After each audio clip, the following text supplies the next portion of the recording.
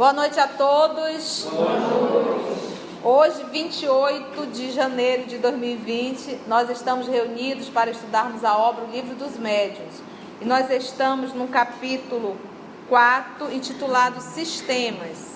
Então, Allan Kardec já colocou vários sistemas e aqui ele decidiu fazer uma rápida conclusão dos itens, ao qual para eles é o sistema da doutrina dos espíritos, tá? Ele adentra nessa dissertação dele com esse último parágrafo dizendo assim: eis aqui as consequências gerais deduzidas de uma observação completa. Eu voltei um pouquinho. E que agora formam a crença, pode-se dizer, da universalidade dos espíritas, visto que os sistemas restritivos não passam de opiniões isoladas. Então, nós estudamos a semana passada o item 1, 2, 3, o 4, 5, o 6 e o 7. Hoje nós iremos fazer o 8. Vamos fazer a nossa oração inicial? Nosso Senhor Jesus, nossos amigos espirituais, unimos o nosso pensamento, elevamos nesse momento na oração, para lhe agradecer, Senhor, por essa oportunidade que o Senhor sempre nos oferece todas as terças, de estarmos aqui nessa instituição, nesta sala, para estudarmos a obra O Livro dos Médiuns. O nosso pedido é que as lições que serão refletidas essa noite, que elas possam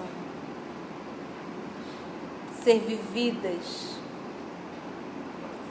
Não nos deixe, Senhor Jesus, fazermos das lições espíritas apenas informações para a nossa intelectualidade. Caso contrário, estaremos perdendo o nosso tempo e nos comprometendo ainda mais com a própria consciência. Muito obrigada por essa oportunidade, por esse momento, e que os bons espíritos possam mais uma vez nos inspirar nesse trabalho, Senhor, que é feito em Teu nome. Graça te damos, Senhor. Então vamos lá para o item 8. Ele diz assim: todos os espíritos, em dadas circunstâncias, podem manifestar-se aos homens.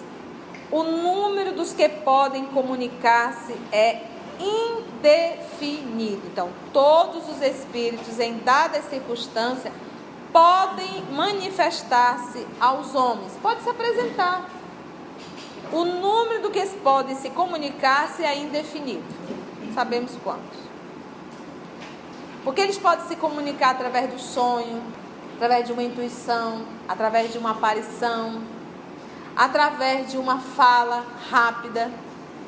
Isso pode acontecer. 9.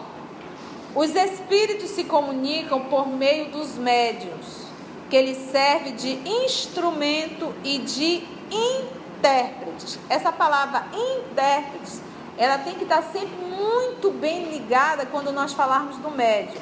O médium, ele é um intérprete. Por quê? Porque a gente pensa sempre que o espírito fala um vocabulário e o médium repete o vocabulário. Não, o espírito não fala vocabulário. O espírito pensa. O médium capta o pensamento e é o médium que vai revertir com o vocabulário do médium. Por isso é que o médium é chamado de intérprete. Por isso que os espíritos têm preferências. Para a mensagem que ele quer trazer, ele tem a preferência por determinados médios. No caso da psicografia, se ele é um médium mecânico, ok, se ele é um mecânico, não passa pelo psiquismo dele. O médium não tem consciência do que está sendo escrito, ele é a prancheta. Agora, ainda assim, o médium não está consciente acompanhando o processo. Mas o médium quase sempre tem uma facilidade no seu arquivo daquele assunto que está se tratando. É como se fosse assim. Pensa que você tem uma pessoa que é um excelente cozinheiro, um chefe de cozinha. Mas ele no momento não tem a cozinha dele. Então tu oferece a tua cozinha para ele.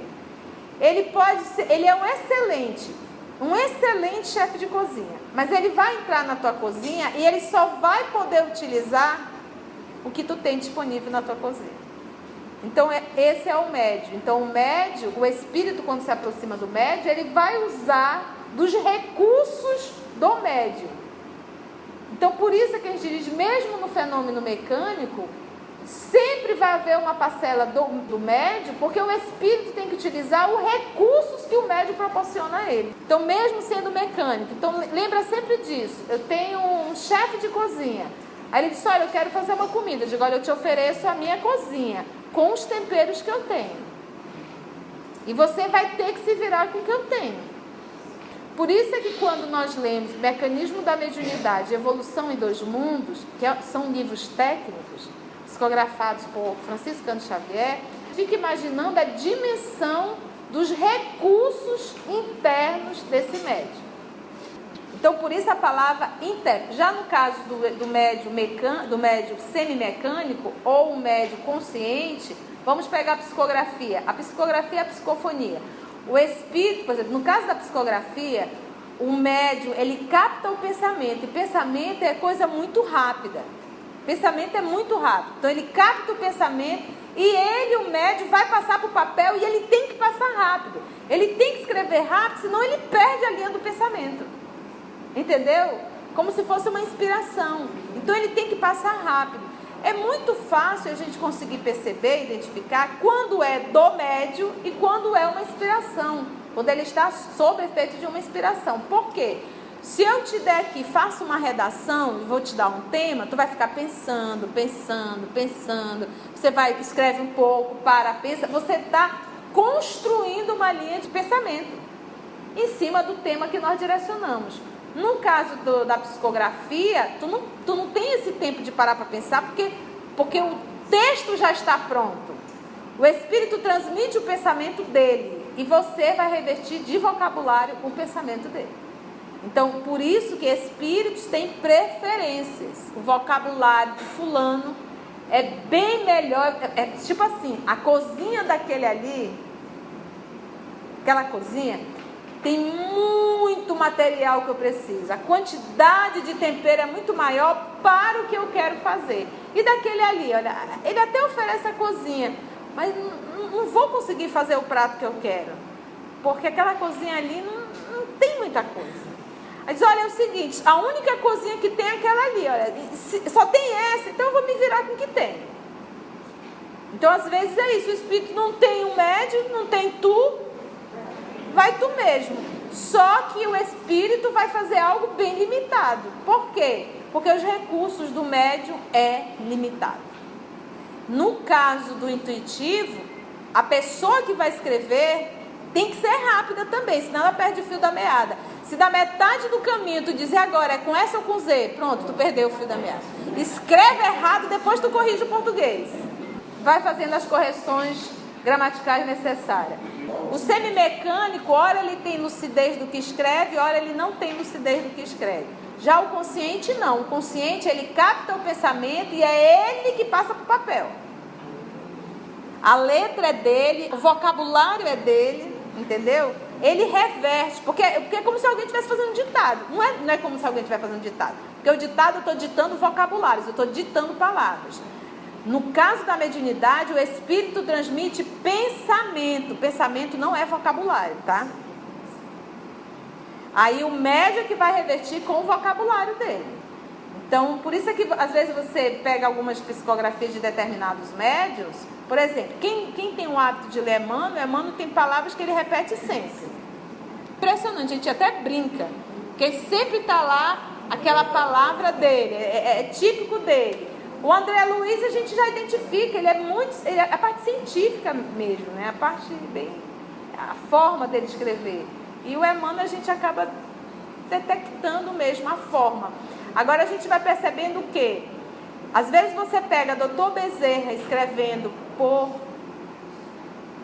Chico Xavier e você pega Dr. Bezerra escrevendo por Divaldo Franco. O centro é o mesmo, mas a forma difere. Porque vai usar o recurso do médium, o vocabulário do médium. Na verdade, o médium, seja de psicografia, seja de psicofonia, quanto mais ele estudar, quanto mais ele se preparar e quanto mais ele se moralizar, que o moralizar está acima de tudo, melhor instrumento ele se torna. Entendeu? Porque ele tem uma cozinha com bastante material, com bastante tempero, com bastante recurso e limpa e aciada. Então a limpeza, ela vai significar moral. Porque se eu ofereço uma cozinha com bastante material, mas sem estar limpa, sem uma asepsia, a probabilidade do alimento sair contaminado é muito grande. Então essa asepsia, essa limpeza é conduta moral do médium. Então por mais que ele tenha recursos, por mais que ele ofereça tudo, e o espírito tem conteúdo, mas na hora que vai fazer a alimentação, contamina. Então na hora que o médium vai interpretar, ele vai contaminar. Porque ele não tem moral para isso. E o que os espíritos fazem? Eles não perdem tempo. Então eles não dá para falar com boca suja. Mas sempre terão espíritos para falarem. Qualidade moral é que... Podemos ir para o 10. Reconhece-se a superioridade ou a inferioridade dos espíritos pela linguagem. E quando você fala em linguagem, aí o movimento espírita tem dificuldade de compreender. Quando se fala em linguagem, as pessoas têm por hábito achar que é aquelas mensagens que falam aquelas palavras difíceis, né? Aquelas palavras que você tem que ir no dicionário. Não. Linguagem é, quem lê André Luiz e quem lê Emmanuel vai identificar muito bem isso. Por quê? Nosso André Luiz, quando ele foi, eu achei legal muito isso, quando ele foi falar que aquela moça de 30 e um pouquinho anos, que estava no cemitério, que havia desencarnado há pouco tempo, que estava ainda presa ao corpo, ela foi uma borboleta saltitante. Para não dizer que ela traía o esposo, que ela aprontava, entendeu? Então, um espírito não evoluído vai falar de forma escancarada. Vai dizer de uma forma esdrúxula. Eles conseguem falar, e tudo que o André vem contar, porque o André é um espírito superior? Não é. Mas quem que está assessorando o trabalho dele? É Emmanuel. Então você vai contar, mas vai contar dessa forma aqui. Então o André Luiz não ficou solto. Ele estava sendo orientado. Quem comanda o trabalho, quem é o diretor do trabalho é o Emmanuel. Então, para psicografar por Chico, tinha que passar por ele. Ou ele convidava. Então ele convidou André Luiz para isso e a organizar. Então eles são capazes de contar coisas assim horrendas em relação ao comportamento humano, mas eles contam de uma forma tão elegante que se você não prestar atenção, você não entendeu bem. Não é esses programas que nós temos, que hoje infelizmente se tem, é porque tem audiência, sensacionalista. Então isso não acontece. Então a linguagem dos espíritos é que denota e mostra a sua condição de superioridade. Então é a forma, é o jeito, é a delicadeza, é a nobreza. Não é um jeito esdrúxulo. E isso serve pra gente, sabe, gente? A gente tem que se policiar um tanto, né? Pra ver se a gente dá uma melhorada. É palavrão, é xingamento, é fofoquinha, é nhenhenhen. Mas chega. Porque até quando a gente vai ficar se debatendo no charco da ignorância? Porque um dos pontos do processo de evolução é realmente a nossa linguagem. Então ele diz assim, pela linguagem, os bons só aconselham o bem, e só dizem coisas proveitosas. Vamos fazer aqui uma reunião de 10, 15 pessoas, vamos começar a conversar, daqui a pouco a gente está conversando porcaria. A dificuldade que nós temos de manter uma conversa elevada é muito grande. A gente não consegue. Reflete a nossa condição. denegrindo a imagem do outro, é fofocando, né? É disse-me-disse. A gente tem um fel veneno na boca que vai destilando, maledicência. Os bons só aconselham o bem e só dizem coisas proveitosas. Tudo neles lhes atesta a elevação, tudo. Os maus enganam e todas as suas palavras trazem a marca da imperfeição e da ignorância. Aí diz o Kardec, os diferentes graus por que passam os espíritos se acham indicados na escala espírita de O Livro dos Espíritos, que é o livro 2º, capítulo 1, questão de número 100. O Kardec ele vai catalogar. Então, como é que o Kardec faz? Ele divide em 3 ordens. A primeira, a segunda e a terceira. E dentro da terceira ele vai colocar os espíritos inferiores. Aí ele coloca dentro desse daí 6 classes de tipo de espíritos inferior, que ainda domina a matéria. A matéria tem domínio. Aí ele vem para a segunda classe, que seria os espíritos, a segunda ordem, que seria os espíritos superiores, que aí ele vem e coloca 3 classes. Aí ele vem para a primeira ordem, que é espírito puro e é classe única. Não tem mais, porque no superior tem um da inteligência e o da moral, e tem aqueles que já tem os 2. Só que quando o Kardec organizou, ele deixa bem claro, gente, isso aqui é para a gente ter uma ideia do que eu já vi. É uma classificação para nós termos uma ideia que existe espíritos e espíritos. Por quê?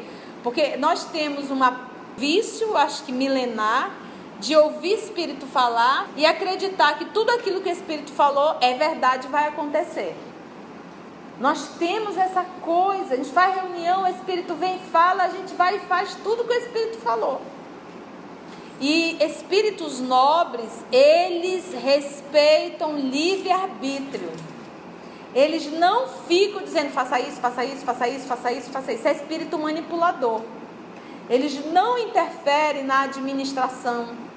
Às vezes, quase sempre, é um médium querendo que se faça a sua vontade e manda um recado. Só que pena, porque a gente vai ter que responder por isso. Então, tenhamos muito cuidado. Uma vez fomos para uma reunião, o espírito falou, aí depois o coordenador olhou para mim, você viu o que ele falou para o grupo? Eu disse, o que o nosso irmão falou não quer dizer que está certo, não quer dizer que está errado, quer dizer que tem que ser avaliado. E avaliando não tem lógica o que ele falou. Além de não ter lógica, é uma redundância, não tem particularidade nenhuma. Entendeu? Então, é essa racionalidade, é esse bom senso que o Kardec nos ensina e que nós perdemos. Livro Consolador, tem um capítulo que retrata só sobre mediunidade, Consolador. Quem responde é Emmanuel. E Emmanuel deixa bem claro a necessidade do estudo para quem se arvora ao trabalho mediúnico. Estudo sério. Está lá. Bate várias vezes nessa tecla. Aí a gente faz um cursinho de 3, 4, 5 meses. Acha que está com certificado, porque ainda não entendeu que estudo espírita não é horizontal. A gente não está fazendo estudo acadêmico, gente. Estudo acadêmico tem começo, meio e fim. Estudo espírita é de ordem superior. Então não tem fim. E é um estudo profundo, é um estudo constante. Então, para realizar esse trabalho, eu tenho que me preparar. No mínimo, ter estudado o Livro dos Médiuns. 3 anos e meio, 4 anos. No mínimo. Conceição, mas se eu for, vá, é acidente na serra. Você vai se fascinar. Espíritos superiores não levam a sério o teu trabalho. Mas tem comunicação? Tem. Meus irmãos, se eu agora, nesse momento, pegar essa mesa, pegar 2 médios, fazer uma prece, vai ter comunicação. Mas é porque aqui não, se eu quiser fazer lá no meio da rua, a gente faz e vai ter comunicação. Porque espírito tem tudo quanto é canto. Qualidade, aí vai depender do grupo. Então a seriedade do grupo, gente, eu me dedico a esse trabalho. Como é que eu me dedico a esse trabalho? Eu me estudo, Eu me esforço para me tornar um ser humano melhor? Eu tenho a consciência do que é se comunicar com os espíritos de uma forma direta? Ou eu estou lá por pura curiosidade? Quando alguém chega comigo e diz, eu morro de vontade de ver as comunicações do espírito. Eu digo, você ainda não entendeu o espiritismo. Se o teu propósito é só esse, tu ainda não entendeu o espiritismo. Então, o estudo dessa classificação é indispensável para se apreciar a natureza dos espíritos que se manifestam, assim como suas boas e más qualidades. O espírito pseudo-sábio, ele vai estar em qual classe? Está na terceira ordem. É o pseudo-sábio. Ele acha que sabe tudo e até engana, para adquirir a confiança. E tem pseudo-sábio encarnado e desencarnado. O que é um pseudo-sábio? Ele sabe tudo e não vive nada. Ele entende tudo, mas não sente nada. É capaz de dar uma palestra maravilhosa. É capaz de manipular várias mentes. Só isso. Vamos para o 50, o sistema da alma material. Esse aqui é um pouquinho complexo, mas se nós prestarmos atenção na leitura, o Kardec explica bem. Vamos para o sistema da alma material. Quando em O Livro dos Espíritos questionam o que é a alma, os espíritos respondem a Kardec: é o espírito encarnado. Então, isso é nomenclatura mesmo para a gente entender. São nomes. Se eu estou encarnada, sou alma. Se estou desencarnada, sou espírito. Então, quando Kardec se refere à alma, ele está falando de alguém que está encarnado. Se ele fala espírito, ele está falando de seres desencarnados, entendeu? Então, aqui vamos ver qual era esse sistema aqui da alma. Sistema da alma material. Então, já começou, olha o nome do sistema. A alma não é o espírito? Está encarnado, mas esse foi o conceito que nós aprendemos. O corpo físico é feito de fluido? O corpo perispiritual é feito de fluido, do fluido cósmico? O espírito é feito de fluido? Nós não sabemos. Ele é alguma coisa, mas não é absolutamente nada do que conhecemos em relação à matéria. Então vamos ver esse sistema aqui que criaram. Porque, gente, quando o espiritismo foi tomando corpo, que Kardec começou a pesquisar, que surgiu o Livro dos Espíritos, começaram a ter divisões. Cada um que estudava o Livro dos Espíritos começaram a colocar os seus sistemas e começou a formar grupinhos. Porque é aquilo que a gente fala, quando o bem está se formando na Terra, quando está tomando uma forma, não pensa que o ataque vem de fora, o ataque vem de dentro. Bem dentro. Como diz o nosso Senhor Jesus, quando ele diz, um entre vós irá me trair. E eles perguntam, quem, Senhor? Nessa hora o Jesus estava levando a mão para pegar o pão, e Judas também estava levando a mão para pegar o pão no mesmo prato, que eles comiam com as mãos. E ele diz, aquele que divide o prato comigo. Mostrando o que, diz o nosso Emmanuel? Que nesse processo, aquele que mais nos prejudica, aquele que mais trai, aquele que mais prejudica, é o que está comendo no mesmo prato que a gente. E o Kardec não ficou fora disso. Então, dentro daquele movimento do espiritismo que estava surgindo, começou a ter os grupinhos que foram criando sistemas. Gente, se Kardec não tivesse sido firme com essas postagens aqui, nós teríamos, hoje, por exemplo, o protestantismo que surgiu lá com o nosso querido Lutero, hoje tem várias ramificações. Eu não consigo nem entender. Nem dou conta de entender. Se o professor não tivesse tido firmeza nesses comentários dele aqui, nós teríamos espiritismo A, espiritismo B, espiritismo C, espiritismo D. Então ele foi muito bem orientado quando ele pegou tudo, publicou no Livro dos Médiuns, colocou o sistema e foi comentar. Diz o Kardec, consiste apenas numa opinião particular sobre a natureza íntima da alma. Particular é de meio gato pingado. Segundo esta opinião, a alma e o perispírito não seriam distintos uma do outro, ou melhor, o perispírito seria a própria alma. Segundo esta opinião, A alma e o perispírito não seriam distintos uma do outro, ou melhor, o perispírito seria a própria alma a se depurar gradualmente por meio das transmigrações sucessivas, que seriam as reencarnações. Como o álcool se depura por meio de diversas destilações. A doutrina espírita, entretanto, considera o perispírito como o envoltório fluídico da alma ou do espírito. Então, o perispírito é o envoltório, é o corpo perispiritual, que é feito de fluido cósmico também, não tão denso quanto o corpo físico, e que é o modelo organizador biológico. Que à medida que o espírito vai evoluindo, menos denso é a constituição do corpo perispiritual. Quanto mais grosseiro o espírito, mais grosseiro o corpo perispiritual. O que eu estou querendo dizer? Um espírito grosseiro encarnado, quando desencarna, ele deixou o corpo físico, ele continua com seu corpo perispiritual, mas ele tem todas as sensações fisiológicas. Todas. Porque o corpo perispiritual dele é tal qual o corpo físico. Todas as necessidades fisiológicas ele tem. Ele vai sentir dor, fome, sono. Então é como se fosse assim, ele larga o corpo, mas continua tão pesado quanto. Já os espíritos mais evoluídos, mais nobres, quando saem do corpo, a primeira coisa que eles sentem é uma leveza indescritível. E não vai ficar morrendo de fome, morrendo de sede. Quando você fala em pensamento, não é algo assim, vou mudar. É algo, vou educar. Então, esse movimento, esse desprendimento, ele tem que ser feito aqui na carne. É treinar no dia a dia, daí a moralização. Não pensa que a gente chegar no hospital e dizer assim, eu já sei de tudinho, então eu não estou te sentindo nada, eu não estou te sentindo nada. Você está entendendo? Porque não é questão de desligar a tomada. Porque, gente, ninguém se auto-engana.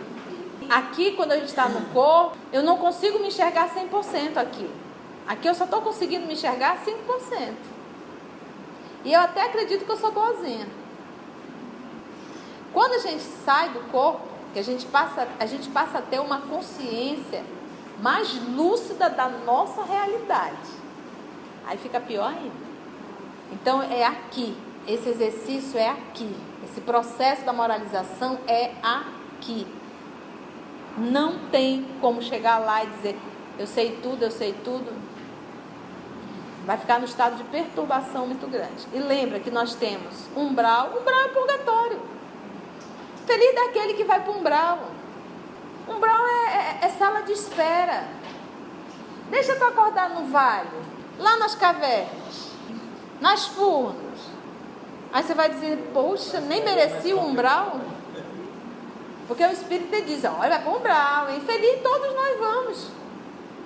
É o momento, o purgatório, o umbral é a sala de reflexão. Fica aí. Reflete um pouquinho no que tu fizeste nessa tua última encarnação. E se for perverso, não tem condições de passar por isso. Então já não tem inferno? Tem. Tem sim. Jesus não mentiu, ele disse haverá prantos e ranger de dentes. Não vai ter um capeta lá de rabo, chifre, olho vermelho, espetando o garfinho em ti. Não vai ter um. Vai ter centenas. Zombando de você, zombando de nós. Tava lá ranchinho, falava com os espíritos, caba safado, olha onde tu tá, até pior do que nós. Nós ainda teremos que ouvir isso, né? Então é aqui, meu amigo, na carne, não é fora não. Continuando aqui, ele diz assim, ó, a doutrina espírita, entretanto, considera o perispírito, vou repetir, como o envoltório fluídico da alma ou do espírito, sendo matéria o perispírito, embora essa matéria do perispírito é muito etérea. A alma seria de uma natureza material, mais ou menos essencial, se eu for acreditar nesse sistema. de acordo com o grau de sua purificação. Então, se eu acreditar que a alma e o perispírito são a mesma coisa, eu vou estar dizendo que o perispírito é feito, que a alma é feita da matéria do perispírito. E nós sabemos que não é.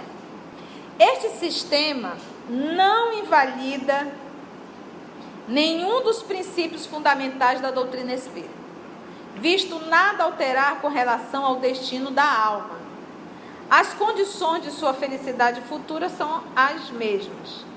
Como a alma e o perispírito formam um todo, sob a denominação de espírito, a exemplo da semente, da polpa, que também formam um todo sob o nome de fruto, toda a questão se resume em considerar o todo como homogêneo, em vez de considerá-lo formado de duas partes distintas.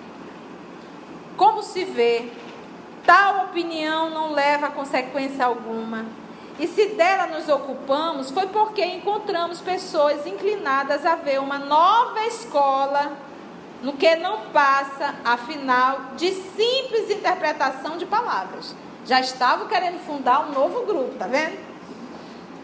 Semelhante modo de ver, aliás, muito restrito, mesmo que se achasse mais generalizado, não constituiria uma cisão entre os espíritas, do mesmo modo que as duas teorias da emissão e das ondulações da luz não dividem os físicos.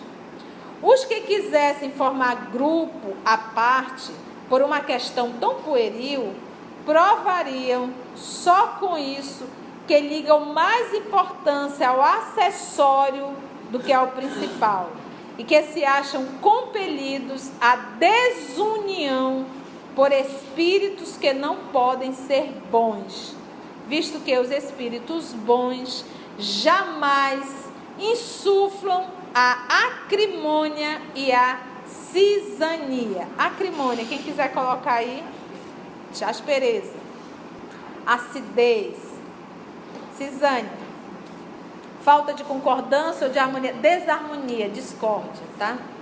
É por isso que conclamamos todos os verdadeiros espíritas. Acho legal quando ele põe verdadeiros espíritas, então tem um falso espírita, né? Os verdadeiros espíritas a se manterem em guarda contra tais sugestões e a não darem a certos pormenores mais importância do que merece.